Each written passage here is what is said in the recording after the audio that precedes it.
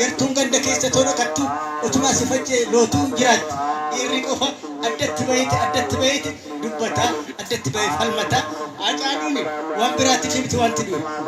saba isaatiif dubbata saba isaatiif lola saba isaatiif mormata kanaaf ajjeesan Hacaaluun moo goonni akka isaatiif miti kan ajjeefte baalageetu birriin bitee ajjeese balagee birriin bitamanii ajjeesan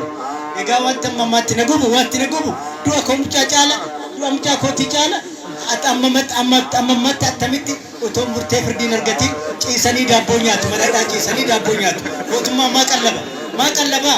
albee nama waggaa 75 ta'e nan beeka gisee Haile Sillaaseetii jammaree tan beeka seera gisee Haile Sillaaseen nama ajjeese sana atattamaan waan argateetu eenyu sana fannifama haadhaan kun hin jiru ciibsanii daabboo qallabu innaa takka turan immoo bilisa dhabii gadhiisu kana kan immoo namaaf cisiisu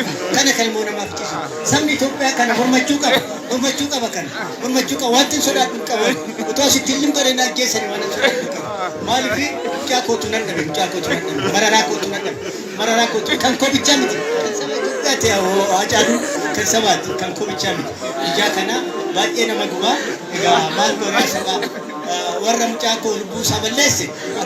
akka namni ittuma dhiisee ciibsee daabboo qallaba waan hidda isaatiin akkanaa gubuun barbaada akka mucaa koo xiyyiitiin gubanii ajjeesan isaanis immoo daawaqaatiin gubatanii akka badanii barbaada